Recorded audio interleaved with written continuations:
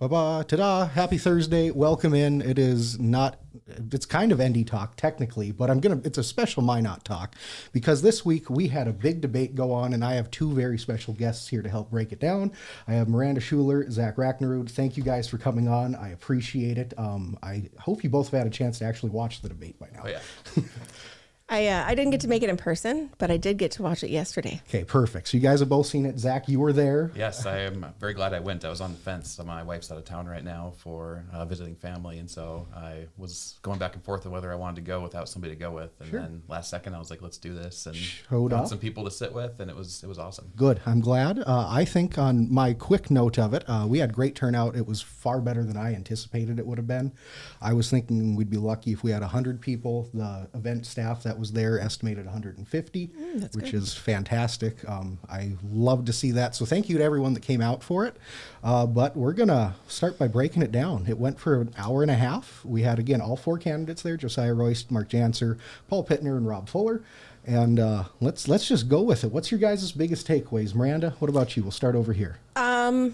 We have four different personalities running for this position, four very different personalities. Very much so. I would say that was a main take. I'll let Zach fill in what he thinks too. Yeah, I mean, pretty much piggybacking on that sentiment, the fact that we have, it's very four distinct personalities. That was kind of the most fun part about it, was just to see, like, this is the first time they've all been together in the same room and to see kind of how they interact and such. There's a lot of things that you can kind of assume about the folks going into it, and honestly, I think a lot of it was reinforced based on kind of what we thought going in. But it was really cool to kind of see them all operate in the same room. Yeah, I love to see it. They were all sitting down. We had a couple fun little periods there of some back and forth between everyone. But yeah, I think you make a great point. Four very distinct personalities came to light on Tuesday, and I think we had a good variance of how they kind of portrayed each other out and how they portrayed themselves. I don't know if anyone really did such a terrible job that they blew themselves out of the water. I think there was definitely a couple of, more notable moments where it was maybe questionable one way or the other.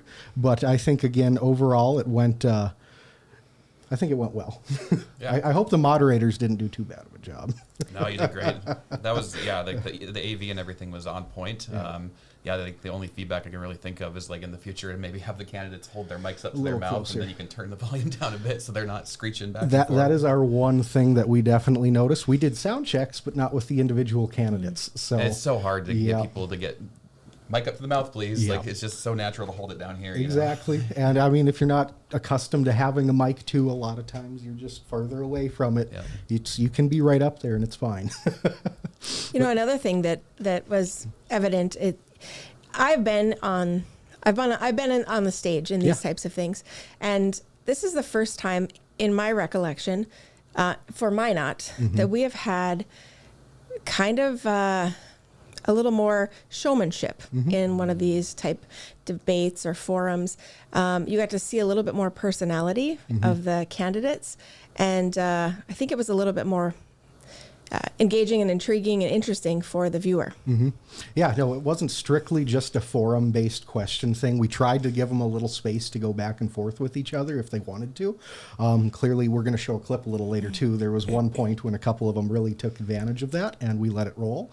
And if anyone really wanted a rebuttal at any point, we were more than willing to give it. And I really think it played out well for the viewership standpoint. And again, I think you make a good point. There was a little bit of showmanship that started to go into it from literally the second they walked out up until pretty close to the end of it. I think that's definitely something that was notable with the whole thing. But again, I hope it went well for the viewers and everything. Oh yeah, definitely. And Jonathan put it really well, I think, when he opened up things, and he said, like, the national scene these days, they tend to mute microphones and all this stuff, like this rigid fairness of, like, you get this exact segment of time. I think it's good in a local race like this to kind of let the candidates, go a little more free. And so I think, let the voters decide. Like, if somebody hogs a bunch of time, and, like, people aren't going to like that kind of thing. And so, I think it was really, really well done. I agree. Obviously biasly agree, but I want to take a step forward. Who do you think comes out of this the biggest winner? Miranda? I think it depends on what the definition of winner is. Yeah. I think you can... When it comes down to technical knowledge, expertise, and statesmanship, it was Mark Janser. The personality that he shows is a clear leader.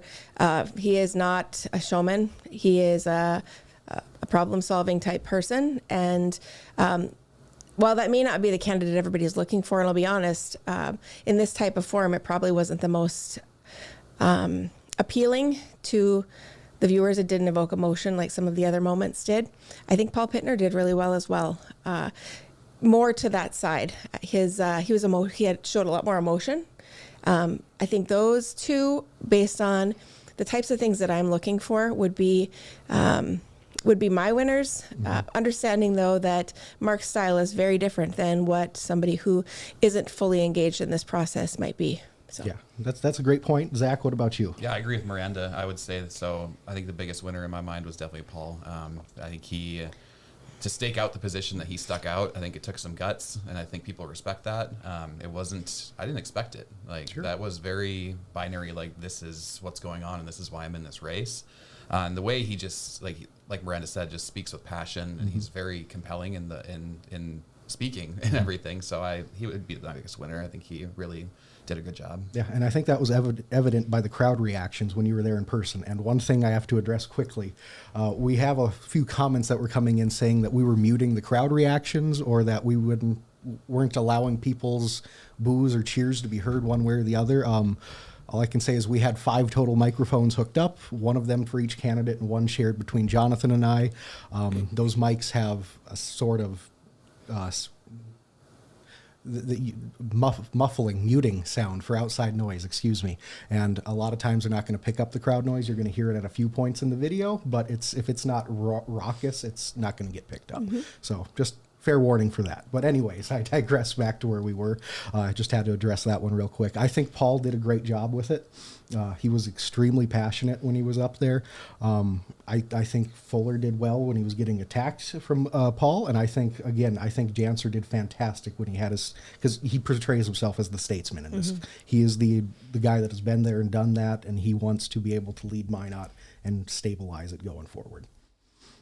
The other thing is, no matter what happens, 3 of these gentlemen have to continue to work together. They have to have open dialogue. And so, I kind of wonder if this will damage some of the future relations between specifically Rob and Paul, because they have to continue to work together until next June, no matter what happens. Yeah, and I think we've already started to see a little bit of that in the council over the last few weeks itself too, and some of the way they've been voting. Like, there's always been kind of 2 blocks over the last year, but it really feels like it's been more prevalent over the last couple of weeks. Maybe that's just because of everything heating up with the race and everything, but feels like those voting lines have gotten a lot starker recently. Yep. And I think that's what was the most exciting part of the debate, is I think you've kind of felt that pressure building a little bit with the fact that people are stepping into this race. But then I don't know if that's why the crowd went so wild, but it felt like the cork coming off of like a shaken bottle of champagne, like, oh, okay, this is now like, we're going to directly address this elephant in the room. And I think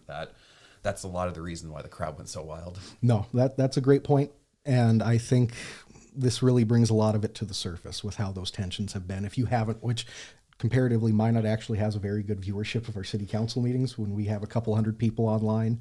You can look at bigger cities and they don't get near that. So still, regardless, shout out to those in Minot that do watch it. But aside from that, I think it really opened up the door to other people that maybe weren't actively watching that on a daily basis. And on top of that, do you think anyone, I think I started with this a little bit, but do you guys think anyone shot themselves in the foot at the debate? I'll take the low-hanging fruit on that one. I think Josiah did. I think, a lot of people may have had, there's a lot of online dialogue about him and a lot of jokes about his appearance and stuff. But I think he did reinforce that he's not a very serious candidate. I think even just the political theater to open up the debate to say, like, I'm going to do this posturing, we're going to do the Pledge of Allegiance, and like, oh, there's no flag. And just like moments like that, you could tell it was like trying to put on a show, and just the contradiction and the way he said stuff like about like, I don't want to take any more taxes in, like no taxes, taxation is theft. But then a question comes around about dilapidated buildings on North Hill, and he's like, well, I think we should do tax credits for that thing. It's like speaking out both sides of his mouth, trying to sound good. So yeah, I think he walked away the most hurt. Fair. I would agree. He was very performative with the throwing of the water bottles. At one point, I think about a minute 22 in, Mark Janser is clearing his throat as he's answering a question. He turns to the side and coughs into his hand. The frame shows Josiah just jump, and then about a second or two later, grab a napkin off the table and wipe his shoulder, which was uncalled for. He didn't answer the questions that were asked. He never actually addressed the questions in most of the cases. And then obviously the pledge thing, that was really uncomfortable. Let's just pretend the flag is here. Yep. So I guess as the moderators and hosts, we should have thought of that. We probably should have had a flag there and done a national anthem or a pledge of allegiance. But fortunately, that was one of the things that we overlooked, and it was taken advantage of. So we got to say the pledge, and it went. There was, I guess, some red, white, and blue on the TV screen, but that kind of worked. Yeah, it felt a lot like, I think in local races like this, it's important that we kind of separate the national ideologies from our local community, and that it really just felt like the driving of his running is ideology, like from a very broad national perspective versus like, I want to help out Minot, And that was one thing we tried to focus on. We wanted to get a lot of the questions that affects Minot directly, things that are happening here, whether it be that the hotels on North Hill that you mentioned, or any of the, we had a conversation on flood control, and it's a lot of those things that drive home and hit home in Minot, and we wanted to really focus on those. And I don't know if I think he could have done a lot worse. I think he held his own on some of the policy topics when he did answer the questions, but there was a lot that he, maybe sidestepped in a sense. But again, I think in my mind, I think he could have done a lot worse. But I don't know who else I would call a loser. How about that? On top of that, you've got 4 candidates, 3 of them that are currently basically in the job, right? Mm-hmm. He has never served in a political seat. He's never been elected to anything. So I do give him credit. It is challenging to run. And you can be an engaged citizen, but you don't always understand the nuances to the position until you're put into it. So he is at a clear disadvantage from that aspect. And I do give him credit. I always appreciate people getting into the race and giving the citizens options. I just think some of his answers maybe could have been a little more clear and direct. Sure. And I agree with that first point. Him being the one to initiate the petition, then actually have the gumption to get up and run for it as well. I think that's well worthy of applause.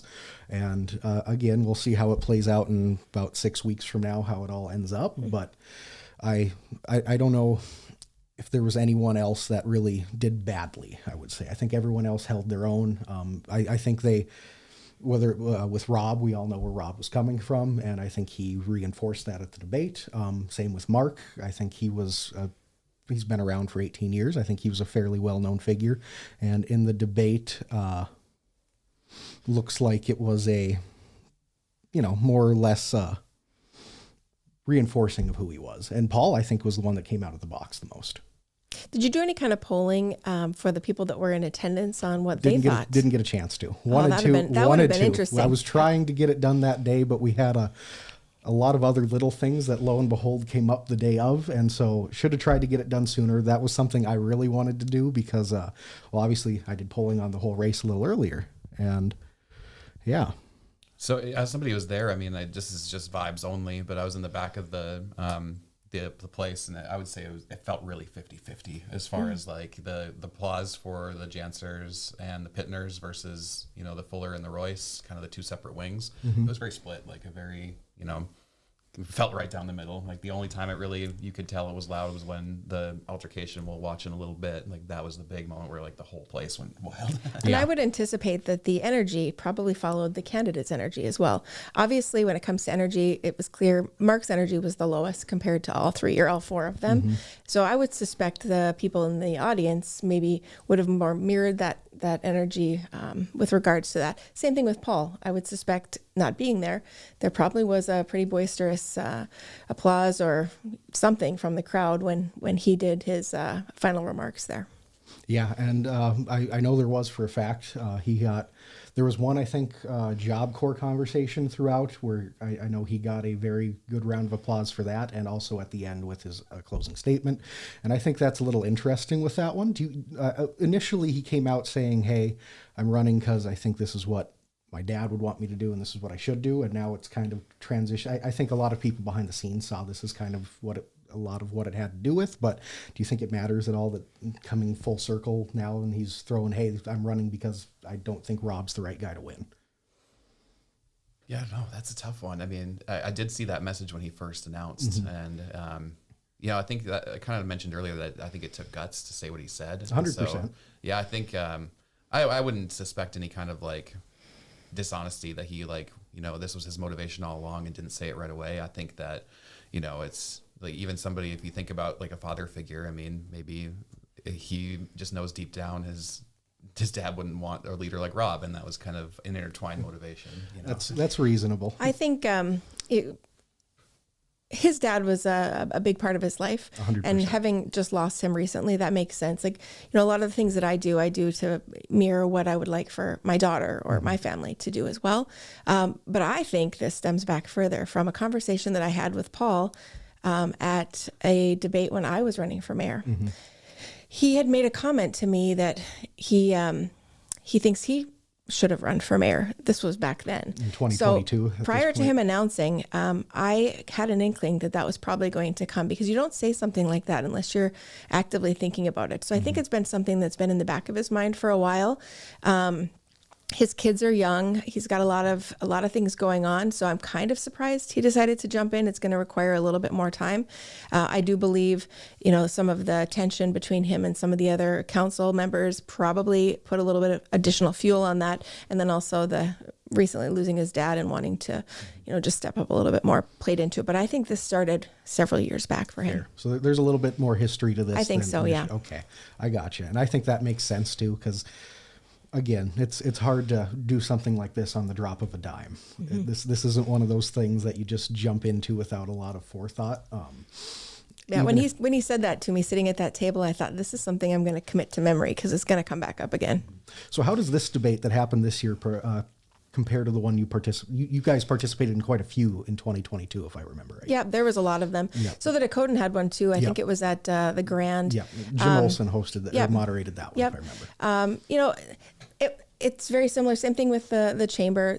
They're all kind of, getting a high-level overview of the candidates themselves, and asking questions. You hear the same questions over and over and over again. That was one thing I noticed with regards to this specific. The campaigning done by Rob was exactly the same as when he was running for alderman. So he's coming off of a campaign that he just recently won, and basically you're hearing exactly the same things, but there was no how these things are going to happen. Having sat in that seat for a year, he should have a clear picture of, okay, we're going to cut the budget. We're going to give money back to the taxpayers. They use reserves. That's a way to do it. Mm-hmm. But be a little more clear in your answers. I don't want to hear the same thing I heard a year ago. I want to hear, we're going to cut the budget and this is how we're going to do it. Mm-hmm. So I would have liked to have heard some of that. I agree with Miranda 100%. And not just the budget stuff too, but also like I hear a lot from kind of that wing of folks, and I'm sure it exists, but they always say like, we're going to cut regulation. And I don't think at this point I've ever heard them list a specific regulation. And so that part's frustrating to me. It's like, well, if they're so bad, like name it and say, we're going to try to repeal this regulation. I wouldn't doubt that there's probably something on the books that could hinder businesses from wanting to invest in Minot. But tell us, what is it? Mm-hmm. Like we want to hear that kind of stuff in specifics as far as, the voters. Yeah. No. Paul mentioned it too. He said, hot button words. And I think that's a hot button word, the regulation, the taxes, the budget, they just continue to be words that keep being brought up. And the reality is, with the passage of the governor's tax credit next year, most citizens are going to see a reduction in their property tax bill, a pretty substantial one. Mm-hmm. And I'll be honest, there's a lot of people that may not understand why or how that came about, and credit may be placed in different places. Like, sitting as a county commissioner, that isn't something that I've done. Mm-hmm. And I don't want to take credit for it. It was something that was done at the legislature that will benefit the citizens, and I support that. I think that's a good thing. So I do worry slightly that some of the changes that came from this year's legislative session may impact the view of some of the people sitting in these seats, myself included. Sure. And that's certainly a possibility that could come to be, because like you said, it's going to be a noticeable tax break that people are getting starting next year. And there are people who I've talked to who don't know it's coming. They just don't pay attention to this. Like earlier, Zach, you asked me if I follow football, and not at all, not even a little. Like I've gone to a game. I have some friends that watch football, but if something big happened in the football world outside of Travis Kelce dating Taylor Swift, I don't know that I'm going to know. And Sure. so somebody who pays attention to that will know. It's the same thing when it comes to politics in general, whether it be national, state, or local. There's a lot of citizens that just, they don't pay attention because it's not something that they're interested in. So we'll see what ends up happening there. It's a great point. No, that is. Zach, you have any expectations for the tax breaks coming in next year? You think this is going to be something that's going to affect the local scene? Yeah, I mean, it's an interesting thought. I hadn't really, given it thought like that, the folks who are not, they're very busy in life and they're not as engaged, like they'll see that and maybe they'll attribute it to the new council members, even though it's, it would be mostly the state legislature that kind of got us to that point. So it'll kind of be interesting to see how it folds out and kind of like how much do you feel it like as far as like adjusting of escrow and all this kind of stuff with your mortgage, or do rents decrease at all because of it, with landlords paying less of that, like who knows how it's all going to materialize. Yeah. And there's one more piece on that might be interesting. So, Tuesday we had our first budget meetings for the county bringing in the budget. And with regards to the caps, that's going to challenge all of these political subs on their budgets. Well, I also sit on the Civil Service Commission, and we just advanced the pay plan for the City of Minot employees. I chair that committee, and I think it was a 3.2% increase in pay, no additional market or cost of living. Whether the council adopts it or not, I'm not sure. But if the municipalities are sitting on a 3% cap, and we're advancing a 3% rate increase or pay increase, a lot of that's going to take up some of that buffer that they've got. It's the same thing on the county side. We have to look at these things in depth and determine what is important, what we can scale back on. And so while the citizens may see a reduction in their overall tax bill, they may see a reduction in some of the services that they expect. I think about like snow removal. You look at years where we've had huge amounts of snow, like 2016, I believe it was, where we were paying contractors to come in and put the snow up on North Hill. That snow mountain didn't even melt until mid-August. There was a tremendous amount of money spent for that. If we start cutting into those types of budgets, citizens are going to notice it when those types of services aren't available to them. So we'll see what happens. And you make a great point with that, because everyone that's paying attention has mentioned that 3% cap that's getting put on, and it's not just happening to the cities and the municipalities. It is an across the board kind of thing, and that's a great point you make there. So it's not just Minot and Fargo that have to pay attention to this. It's the county levels, the park districts. Anything can't exceed that cap at this stage. Well, If they have to vote for it, right? Yeah, Referendum. and property taxes is the specifics on that too. So and this gets into the reserves. This becomes a big deal for your budgets, right? So, for instance, at the county, we've got an elevator that needs replacing, and it's going to be in the old courthouse. It's going to be a large expense to try to budget for that, and isn't something that we saw coming. It is something that's going to be kind of unexpected, just like in your normal household budget. One day, you're just going along, and then the next day your furnace goes out and you have this big bill. The county is the same. The city is the same. They have to plan for those things, and using a little bit of money in reserve, maybe where that comes from. So with regards to the caps, how does a municipality or a county or a taxing entity budget for those unexpected large expenses that can come up?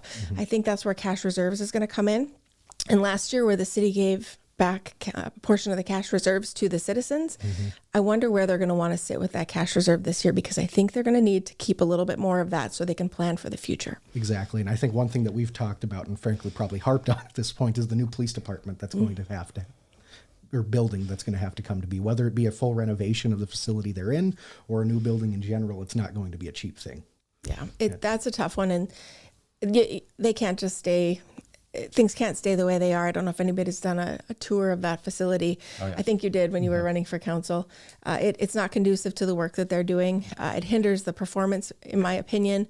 They need either to have somebody commit to, or the council, the citizens, somebody needs to push a commitment so that we can increase the efficiency and the working conditions for our police officers. Yeah, that's what kind of the biggest thing that blew my mind for the debate is to see Rob kind of come against that as frivolous spending. It's like, have you seen the current conditions of how our PD operates? That's very much like a very bread and butter. We need this as a city. And then, you know, with the two buildings being side by side over there, like it could, you know, with City Hall moving, then opens up potentially more space and all that. So yeah, that was interesting to me. And that's one of the big things that could come of it too, is it's, instead of having to build a brand new facility, whether it be on top of the parking garage, wherever they might be, doing a full renovation and like a top to bottom full on renovation of that building is something that's, I think, been talked about. It has. Likely the most. Yeah. And I assume that's probably going to be the compromise they come to, but how they end up doing it and what all they end up putting into it, I think is going to be the real deciding factor. And the cost on that, you know, the consumer generally thinks the cost for a renovation is less than the cost to build, when the reality is the cost to renovate is actually probably more than the cost to build. So those are two things to take into perspective. Again, you know, you talk to anybody in the construction world, they'll tell you the same, because you uncover things that you didn't know existed when you're trying to renovate. When you're building new, you don't have that. I do kind of prefer the current location. I know that there are some challenges with regards to access and flood. Access is a big thing when you've got ability to access from above, but I do prefer the location of the current police station over moving it closer to downtown. So that's my personal preference, though. Fair. I think it's in a good spot where it's into. There's a lot of ins and outs for it right there, and it's still very centrally located. Plus, they do have the facilities there on hand to be able to rework things, but just figuring out how it's going to cost and how they're going to get it done, that's going to be a tough one to see happen. And even before that happens, we have to get a budget passed this year, which... there's been plenty of 3-3 votes already leading up into this session, so who knows how after this election plays out it'll end up going. And I think before we end up rolling, because I know you have to go earlier, Miranda, one thing I want to ask you quick, when they say, so there's 4 obviously candidates that are running for it. If Josiah wins, we don't have to worry about it. It's a 7-person council again. If any of the other 3 win, all of a sudden we still have an open council seat. If that comes to be, how do you think it plays out for the appointment of that seat? Because almost certainly it won't have the time frame for a new election. It's not completely out of the realm of possibility, but I think another election would be a bad move. It's too expensive. The cost to do an election is $15,000 to $20,000 without early voting. Yeah, and that's a whole other topic we could talk about as well. That was actually a vote by the council. Yeah, yes, and they need to own that. They voted for one day. Anyway, back to filling in a vacated seat. That happens all the time. When I sat on council, we had filled some vacated seats. There's different ways to do it. I like personally the model of taking interested citizens' applications and reviewing them to fill that seat. The reality is you're only going to be filling it for probably about half a year, but although it'll be during the budget time. When Mayor Ross was elected, he was formerly an alderman. There was a initiated effort to try to get people to apply for that seat. There was 13 of us, and I was one of them. If you remember, I had run for mayor and came in second. I have expertise. I understand the budget. I've done it before. So I wrote a letter of application along with 12 other people, and we were invited to come to council to speak to them. We got to that meeting, all 13 of us. And the council did not open the dais up to speak or hear from any of us. They simply picked one person and voted, and it was done. That was a travesty. That was a disservice to the citizens to not even let those 13 people be heard by the citizens so that they could influence their alderman. Why even call the meeting? Exactly. At that point? It really felt like the alderman had determined who they wanted. It didn't matter who applied. I don't like the way that was handled. So if it is going to be, hey, we're going to open this up to applications, the council needs to open the floor to hear from those people and maybe table that vote for one meeting so that they can hear from the citizens based on the people who are interested, who they want to serve for that term. Because again, we shouldn't do an election. It's going to cost too much money. And they shouldn't choose at that first meeting because they're not letting the citizens influence that decision at all. So I would hope that they open applications, take those applications, allow those people to speak, give them 5 minutes or 3 minutes, whatever it is, and then ask the citizens of the city to tell them who they want to place in that seat for that time. I think that allows 4 of them to come to a consensus on it. That'll be the hard thing. Next, That's where I'm at. They need to get past that. Sometimes you have to just move things along. And I know, people will say that that's not true, but you have to. The business of the city has to continue going. You can't just start tabling everything for a year. So you're going to have to, if your number 1 candidate clearly isn't going to get your 4 votes, then maybe your number 2 candidate needs to get that vote for you. You can't, you gotta. There has to be a compromise. You have to compromise to make things work. All right, we're at the time where I think we're going to let you dip out. But before we do, you made a very good point about a clip that I want to play that I have loaded up about talking points in an election. But first, you have an event tonight. Do you want to mention that real fast? So I rented out Oak Park Theater if anybody's free tonight. I love Oak Park Theater. Al does a great job down there. And so I'm a car aficionado. I'm a car collector. So we're going to pair it with a car show as long as the weather holds. And if you've ever been to a car show, most of your 80s and 90s cars don't win. So we're going to make this an 80s and 90s event. So I encourage everybody to bring your vehicles down if you want. I'm going to give a cash prize for one 80s car, one 90s car. And I'm encouraging people to dress in their 80s and 90s gear. And I'm going to give out prizes for best dressed 80s and 90s male and female. And then we're going to show at 7 o'clock the movie The Great Outdoors, the 1988 John Candy classic. Yeah. Yes. So it all kind of starts at 6 o'clock. From 6 to 7, we'll just kind of mingle in the parking lot. There's going to be some, swag items. I got some slap bracelets to give out and some 90s postcards. And yeah, it'll be a good time. So it's free. If you feel like coming down, dress in your best 80s and 90s, come enjoy a movie and hang out for a bit. Well, sounds fantastic. Thank you, Miranda. Yeah. I'm going to go ahead and play a little clip of Alderman Paul Pittner and Rob Fuller, a little back and forth they had, if I can click on the right one. Here's that, and we'll be right back. Alderman Pittner. So I find it kind of humorous. Going back to my first time running in 2018, there's a list of buzzwords when you run for city council. So if anybody wants to take notes, high taxes, you don't listen to citizens, parking garages, those are the ones you got to hit, right? In reality, in a lot of ways, we need to stay the course. We've got great staff. We've got great department heads that do a lot with a little when it comes to stretching the taxpayer dollars as far as they possibly can. We saw that last year in last year's budget cycle. Your taxes went down, but it only went down because we went into reserves. We dipped into the piggy bank. We really didn't make any cuts. We subsidized the cost of government with the hard work of our city staff by saving funds over the course of a budget process. That's the reality. What do we need to do? We need to continue to invest wisely. Invest wisely in our infrastructure. Invest wisely into strategic partnerships, whether that be with the Chamber, whether that be with Visit Minot Commission on Aging, Minot Area Council of the Arts. So one of the reasons we're sitting in this building. When we talk about, housing, we need to find ways to kickstart housing. How do we grow the housing base? How do we grow the tax base? Honestly, it's going to have to come from a public-private partnership. The city's got to get involved in some way, shape, or form. We have to take a more proactive role. We can't sit back like we did when my dad was young in this community and just wait for things to happen. We have to be out in front of this. Can I just say one thing there? Sure, go ahead. If you want to buzzwords, taxes, they're hurting everybody in this community. So while it's a buzzword to him, it's important to the rest of us. Alderman Pittner?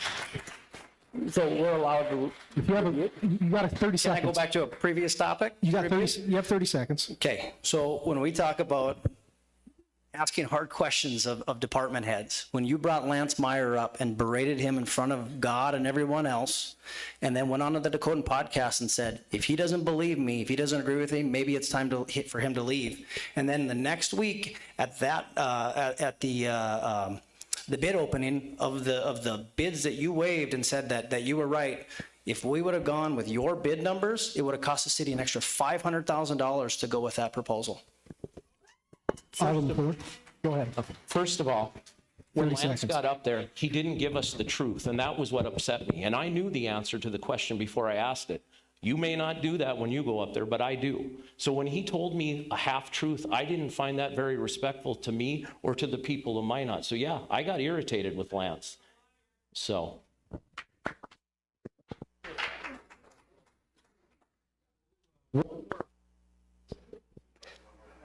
Go ahead. Vague buzzwords, half truths. Again, there's no substance here. There's the reason that we only had 3 candidates for police chief and why one dropped out, because of the beration of department heads. We cannot allow that type of leadership. It is divisive. It is divisive, and it is permeating not only at our council, but in the comment section, in our communities, and it will tear this community apart. Perfect.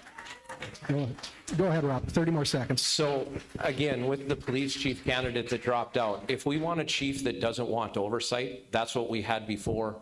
He sat and lied to my face and to the city manager's face. Do you think he should be our police chief? Do you think the people that he continued to let work there, knowing what he knew? I mean, you guys I was investigated. talking about the candidate, not the former police chief, the candidate. Fine, but I mean, we had that same candidate. That's who we fired or asked to leave. Yeah, we did. I mean, he didn't want oversight. He said right in there, and he called our police officers malcontents would have a direct access to the city council member or mayor. Is that really the person we would want leading our police department? All righty, gentlemen. Let's move on to the next. All right, and we're back. Unfortunately, Miranda did have to dip out a little bit early, but I'm still joined by a good friend of the show, Mr. Zach Raknerud. What do you think of that little clip we played there? I think that was probably, in my opinion, the most tensious point of the night. Yeah, I mean, that was the moment when, I mean, it was sort of early in the debate, and you can kind of tell, like, oh, this is the tone we're going with, okay? Like, I think it was Paul who kind of opened it up first and kind of directly said that the whole mess was unacceptable and the way that Rob handled it and everything. So, yeah, it was really interesting to kind of see that dynamic open up that early in the debate. Yeah, the question it started on was, what do you see, what's your vision for the next 5 years in Minot, effectively? And it started with Fuller, it went around the board, and then it ended with Pittner. And he kind of said some stuff about Fuller, and Fuller asked for a rebuttal. So we gave it to him, and then looked back at Paul, and he kind of went, "Oh, we're doing this." And it's like, yeah, we go for it. Like, we got 30 seconds. Do what you need. And they went back and forth, and they both made some fair points, and I think they both got their point across. I think that's the big thing at the end there. Yep, I love contrasts like that. Like when candidates are willing to kind of say, like, yeah, we just genuinely disagree on this issue, and we're going to hash it out, like, right here. Like, that's fun to watch. So. Yeah, like we had them seated in ballot order, and I knew going in, I had a feeling going into it that because of how they're sitting, which was right next to each other, that there had a chance for something to come up with it. And I loved that it ended up playing out that way. I think it was for the best too. I don't think it was a negative thing. No one was doing any kind of name calling, anything like that. It was serious. They were going at each other because they disagreed on a legitimate point. Yep. It was policy and stuff on public record. It wasn't personality. Yep. And I think that's why it's, no one was attacking each other personally. And I think that was one of the best parts about it for those contentious points. They were going at each other over substance rather than personal anything. Yep. But I think, do you have any final takes on the debate? Any last wrap-ups before we move on? Yeah, I mean, I think my biggest takeaway from all this, and this is more about the general mayoral race, is, I think it's pretty clear to the audience, and like people know I'm involved with the Service Valley MPL and stuff like that, that I'm part of kind of that anti-Rob Fuller coalition. And I'll be honest, like right now, Rob's the favorite. I mean, you have 2 aldermen splitting votes between Janser and Pittner, and we're going to try our best to try to elevate the candidate that we think, and get some people out to vote who we think that could have the best chance to beat him. But at this point, man, I got to be honest, I'm pretty much reserved to the fact that it's going to be like a 1-2-3, and Rob could win by like a small margin that easily could have been overcome if there wouldn't have been a third there. So that's what I'm worried about. I think any way it plays out, that's probably how it's going to likely end up swaying. It's going to be a 2-3 point win with maybe a couple hundred votes at most. Yep. And it's going to be like if you get a third of the vote, you're probably going to win this thing. Yeah. And again, I think that all just boils down to getting people out to vote one way or the other. Whatever the base is, whatever your knowledge is, however you feel, getting out to vote is going to be huge for this. Because if there's 2,000 people that show up, it can really go any way. Yeah, and that's where I'm hopeful, is that to see the theater be full, that maybe there's a bit more interest in this race. So I'm hoping rather than the 2,000, we see closer to 10. Honestly, would be love great. it. I mean, it's completely doable when we have a voter eligible population of 35-ish thousand. Yeah. That we can't get a third of that out to vote. I mean, it feels like it's something that we can do. Yeah. Maybe not this year, but I think it's something in the next couple of years we can really build towards. Yeah, hope so. On top of that, though, speaking of building towards things, last weekend you were a part of a big protest that was here in town, but not just here in town. It was a nationwide thing. Yep. The No Kings protest. Can you tell us, before we dive into it, where does it come from? What does it stem from? Yeah, so it's a national coalition that is basically putting on these events. And so like local organizations can basically ask to be like an official part of, we want to have one of these events here in this town. And so what was really impressive to me is that we had several throughout North Dakota. So, and these have been going on since Trump took office for a second time. And at first it was kind of our anchor cities. It was the 4 major cities. And then now we're at the point where you have Bottineau, you have Williston, you have Jamestown, you have all these kind of smaller communities that are also jumping into it. And so, yeah, the crux of that movement is essentially, it's called No Kings, right? And so it's essentially saying that like this second term from President Trump has been way more extreme than the last one. We have like a president who's very intent on consolidating power into the executive branch and essentially disregarding the other two. And so it's troubling to us. And so we stood out and said, we don't want this. And so here in Minot, we had between 400 and 500 people, which is just incredible to think about. Like we didn't have these kinds of protests during the first term because it was just a whole different world. Like Donald It's crazy Trump how much can change in 7 years. Yeah, it is. Like, so like I spoke at the event, and kind of one of the things I said is like, people around here might consider calling Donald Trump a potential king like hyperbolic, because they looked at his presidency from 2017 to 2021. And basically what it was is like if George W. Bush had a Twitter and cable news addiction, and like that was like everything kept marching on as is. He basically governed like status quo, a big tax cut, and that was about it. But this time it's very different. And so my sign at the event denoted like several programs in Minot that have been unilaterally cut illegally. Like these are like, just to bring it back locally for a second, I do have to say, like, I saw Alderman Blessum's comments on Job Corps, and he should be embarrassed of himself, to be honest with you. Like that fealty to the executive that he said, like, oh, Donald Trump did it, so let's just follow his lead and do it. I got news for you, Mike. That was illegal. Like the thing that he did, like the executive branch, like when Congress created like the program of Job Corps through the Economic Opportunity Act, they had to give the executive some ability to manage it. So they said like, hey, if there's issues at a location, you can pause it. And so what they did is they said like, ooh, technically you gave us that ability. And then they just paused all the locations. That's the thing. It's not technically closed. It's just on a indefinite pause as of right now. Yeah. And so that was just their way of going around Congress. And so like our system is a constitutional republic. That's one of the things I said is so many times you see people say, we're not a democracy, we're a constitutional republic. So how about we follow the Constitution? Like the separation of powers, like if you want to advocate for something like the closure of Job Corps, do it, build consensus, get it passed properly. Don't just use the executive branch in, ways that are sketchy. Like that's not what we're here as a nation for. And that's why we're out there. And so, again, keeping it on the local tab for a second here, one of those things with it that I think is interesting was the potential of the city of Minot sending a letter of support there. And there's a couple of aspects to it. One, just off of some of the leadership that's at Job Corps, I wonder if that potentially influenced a couple people one way or the other on why they didn't want to do it, and it's just an unspoken thing. I don't know. That's pure speculation on my part. But on top of that, if I would have agreed to send a letter personally, I think it because it's not going to do anything one way or the other. If we send it, they're not going to care what Minot says. Yep. And there's, in my opinion, no reason not to do it. But again, I can understand if it's just the reasoning of there's no point to doing this. It's a waste of the time to send the email because it's not going anywhere. If that's the argument, I can accept it, but you get past that and it's a little more hazy. But again, it's turning into a lot more of a partisan line kind of thing. Yeah, and it stinks to see because there is, Burdick Job Corps did a lot of really good things for Minot. Like you can say as much as you want about the national numbers, which even then I would say I can, tell you how out of context those numbers were.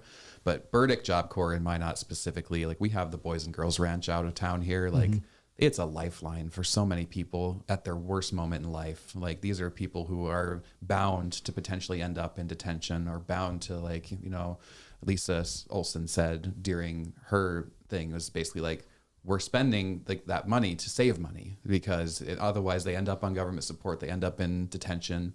And that's the, you know, the perspective that we're losing. And that's, you know, that's where I get frustrated with this new wing of the council. The other three is that it's very much of that mantra of just full on austerity. Like you can never, they can't see the consequences of that, in my opinion.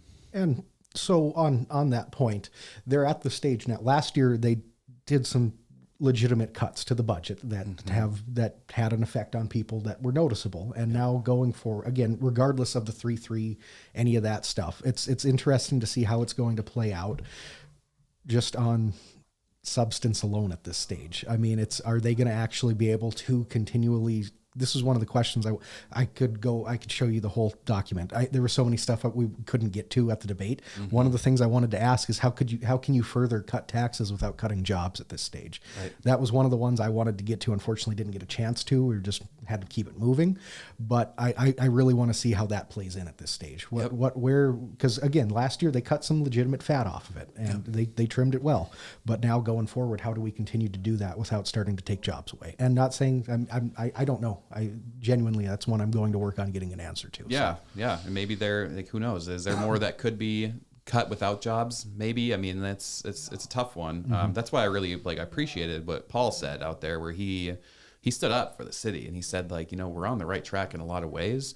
And I agree with him. Like I moved to Minot in 2016 and I've seen the transformation firsthand of like what downtown was and what it is now. Yeah. And like the amazing services that we get in this town. Like it's really good. Like even yesterday I was out, like my trees were, you know, I said my wife's out of town. So without the baby around, I went out and I got some free time all of a sudden. Yeah. Spent a couple hours trimming our trees. And it's like, you know, if we didn't have essential city services and all of a sudden, like, I don't want to pick up, like, what am I going to do? Like rent one just to haul branches out to the dump? Like, nope, I can put them on the curb and the city will come get them. Like this stuff like that adds up, you know, just really good services. And it does. And that's where I loved how Paul said, like, we have to be honest with people. We have to say, like, if you want these services, guess what? They cost money. And so we have to find that balance. And that's where I think the other wing of this council is failing, where they're just like full on austerity, but they don't want to address the fact that, like, what's that going to mean for us? It's not good.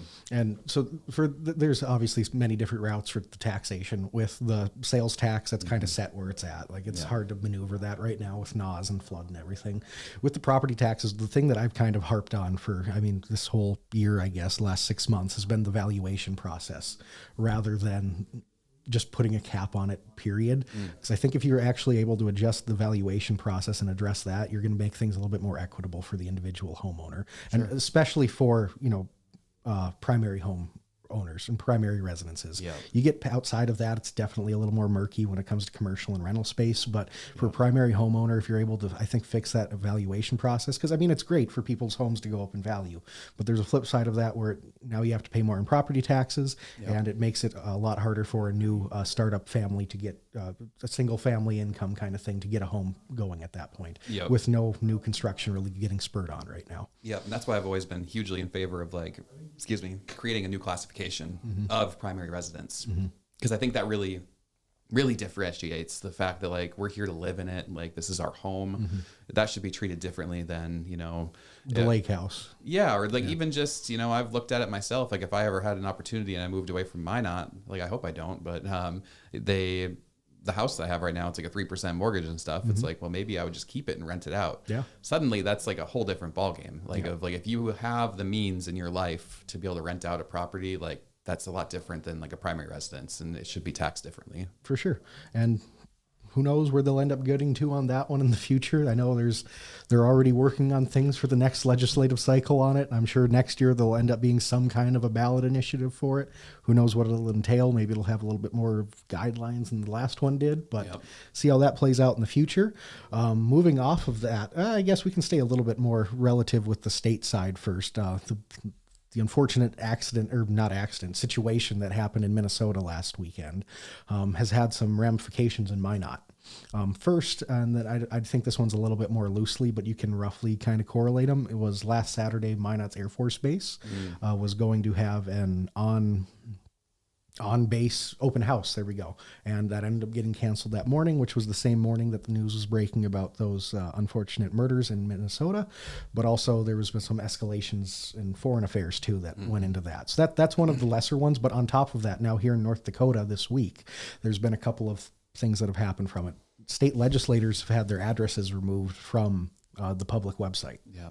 And generally, I think that's probably a good thing. I even on like the local level, I don't know if that would be a bad thing to do. I think with the fact that we can see that people can go down a really bad mental hole and they can end up doing some really depraved things. So I mean, is there really a benefit to, like, if you can access your legislator through phone and email and stuff, and then maybe if you get a relationship with them, maybe they'll invite you to their home and you can hang out. Like, that's my whole thought is we're not in a city that has wards for our county or our council anymore. So I feel like that so long as you can prove at one point you live in Minot, or I don't know if there's necessarily a reason to have to specify where you live in town either. Yep. And at the state level, even more so, I think that's fine. Yep. Yeah, that whole situation, I mean, that just wrecked me. Like I told you, I was going to speak at the No Kings protest, and my mom is very much a mother, and I've been involved in politics since 2018, and since about COVID 2020, she's just been terrified because I'm somebody left of center. I'm very much against the grain of like the area that that's a pretty conservative area, and she's been terrified. And so this really rocked her too, because to have it so close to home, to like she's been worried about like Democrats being hunted for a while because of the really strong rhetoric and the MAGA side of things that is approaching dehumanization. And so this whole thing is heartbreaking. And I do have to say, like, shame on the president. Like the fact that he won't even call Governor Walz, and he says it's a waste of time. Like, a political representative was just assassinated in their home, and you can't put on a decent human skin for a little bit. Like, shame on him. And so there's another interesting thing with that as well. And I don't want to go too far down this one because it's speculative and murky because they haven't released a lot, but it's just the whole motivation behind it too. It's the person's past doesn't necessarily coincide with a lot of what their present brings out. And it's really an interesting duality of where that really radicalization happened over the last, by apparent, probably 6 years. And that's a really interesting thing to probably, if they release more information so it can actually get set in stone. You nailed it with 6 years. And so, one thing I have to say, and to give credit to somebody like Senator Kramer, like I'm normally I don't approve of Senator Kramer and the way he handles himself, but the fact that for those in the audience who haven't seen it, but Senator Mike Lee put out some really terrible social media posts, like joking about the assassination the day it happened. It was from Utah, right? Yeah, from Utah. He's kind of always been that edgy guy, but like this was just like crossing a line that was just horrible. And to Senator Kramer's credit, like he pulled him aside and said, like, unacceptable, take that down. Like, we don't need that in this country. We have differences of opinion. Let's hash it out like the founders intended. Like, America is about gaining consensus and getting your legislative agenda through that way. It's not about violence. It's not about hating the other. Like, that's not what we should do. We should be able to say we're all one America, and we care about this country. We love this country. We just may see things differently, and that's okay. Like, we're not able to effectuate political change. We shouldn't be able to unless we have a consensus through Congress / other legislative bodies. That's how it's supposed to go. And I think the biggest thing too is just, if you don't like someone in that position, vote them out. Yeah. Like, get out the vote. Obviously you can argue that, there's big money coming in from different places, and wherever this is, whatever point it is, that it's going to go against one thing or the other, but it all boils down to, at the minimum, get out to vote. If you don't like this person that's your representative, get them out of there. Yep. By voting. Yep. That's, I think, the key way to do it. And I don't know. I obviously in Minot, that's a struggle for us, but other places they're not nearly as hampered as we have been over the past few elections. So. Yeah, and you never know too. Like, I mean, things have been pretty active in politics with even we got the mayor race, we have everything going on at the national stage. Like, maybe we'll start to see some improvement in civic engagement. I sure hope so. Really hope so. And yeah, on Tuesday again, felt great that had that good of a turnout in person there. So I really hope that can translate. Again, we're going to try to get out our version of the Dakotans get out the vote process. We're going to try to get all of our people to get a couple people out to vote that day that they go. Because again, it's only one day of voting. This isn't something we were able to touch on with you guys very much, but no early voting this year. Miranda made a great point, and I wrote a little article about it a couple weeks ago. There is no early voting, and it was something that was decided and approved unanimously by council in April. It was, again, there's some caveats to the whole thing. It was during the child care meeting, which, there was a lot going on that day. There was about 90 seconds total of conversation on the election date, and then it moved on.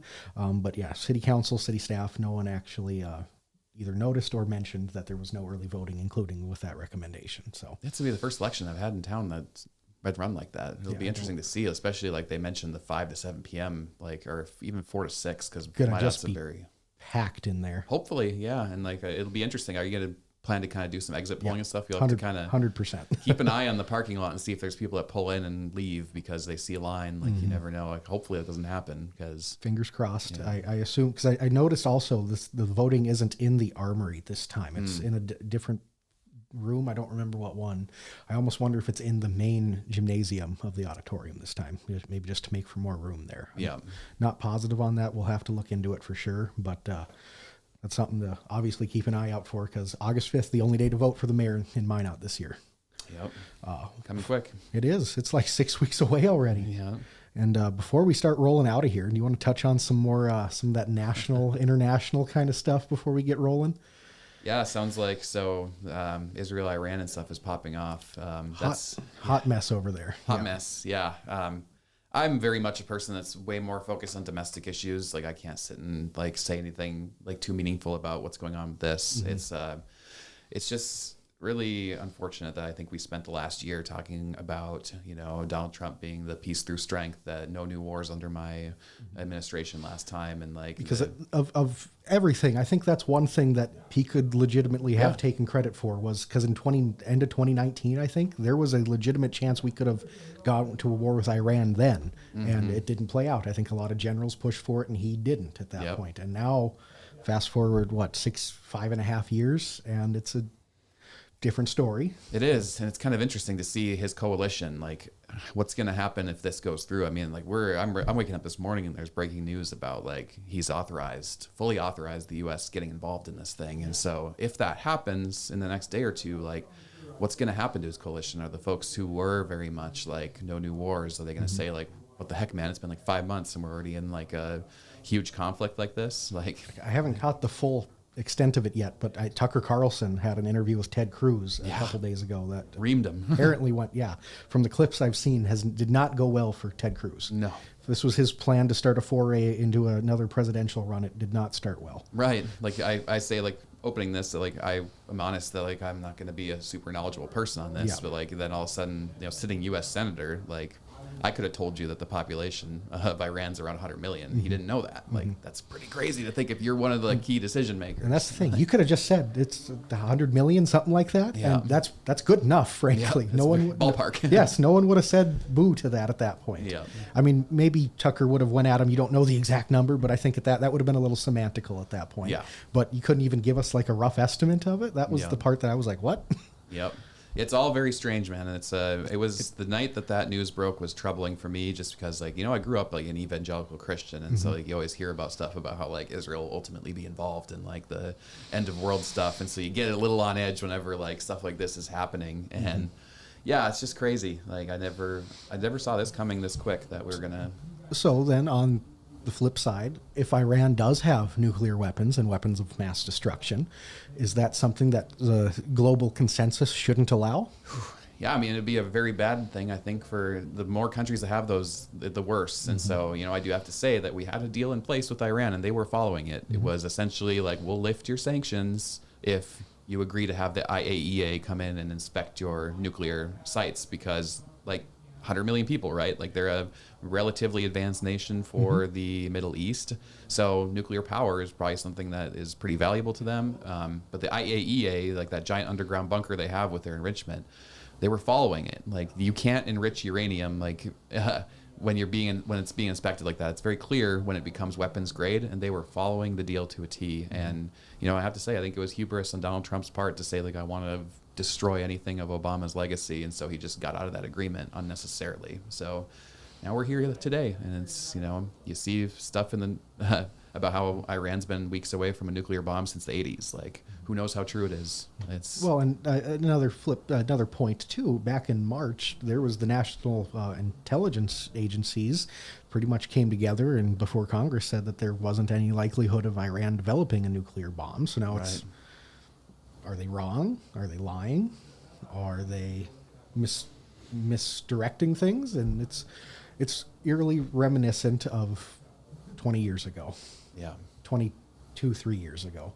Again, Sure is. I was little then, but I was around for all of the aftermath of it. So we're same generation, and Yep. like we can, the beauty of the internet is we can look up all the news from that day and kind of see like what was the marching that they were giving to people to try to justify it, and then there are some eerie similarities for sure. especially as just being George W. Bush had it. Just broadly here, he post 9/11 has like 90% approval ratings, like one of the most approved, arguably as without diving into any rabbit holes, arguably the best response that a president could have had Yep. in the initial aftermath of that event. 100%. And to go from that, no one was arguing with going to Afghanistan to Mm-hmm. get bin Laden at that point. That was, I think, pretty fair game consensusly.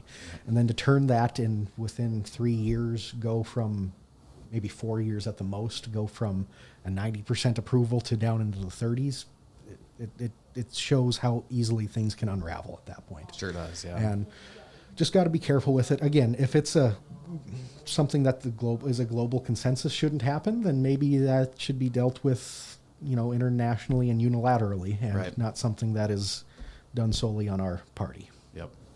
Good place to end it there. I think so. Any final takes? Anything lasting? Any hidden tidbits of information? Nothing too crazy. I mean, I'll just say that, it's exciting, I think, like to see the civic engagement and everything. And then particularly even on my side of the aisle with the Service Valley MPL, and like to see this, like, I think that it's always healthy whenever we can have like as close to 50-50, like as far as like ideas going back and forth. Really feels like we might be turning a page in that way. Like even Rob Port wrote about it, how he like really sees some similarities between the Tea Party and the No Kings, because there are a lot of people out there who maybe aren't as engaged before, but they see like these impacts to Minot and like, hey, maybe we're going to start seeing some competitive races here. And so I think that would be great. And here's hoping. So if you're listening and you want to kind of be involved in that effort, like get a hold of us at the Service Valley MPL. There's a Human Rights Coalition in town. There's all kinds of places you can plug in because, we got a lot going on in this community and we want the best for it. So here's to the future. Love to hear it. Love to see it. Us here at the Dakotan, we always love to promote as much good conversation as we can with anyone, and we love to have an open format for anyone to come through. So we would love to, I'll be doing a lot of these shows over the next month or so here. So if you want to come on, make sure you hit us up in the comment section, and we'll try to make it happen. I will guarantee nothing, but we'll try to make it happen. We love to have as much open conversation as we have, whether it be because you and Miranda largely have pretty varying viewpoints on a lot of things. So it's great to have you guys here next to each other, talking about some things that we can talk about together and not have to go back and forth on, whether it be the debate last Tuesday, where we have the ability to have candidates go back and forth without getting nasty, and I love to see that. So again, thank you everyone for watching. Thanks for participating in the debate if you were there, for watching it, for watching us do our little breakdown today. And as always, make sure you like, subscribe,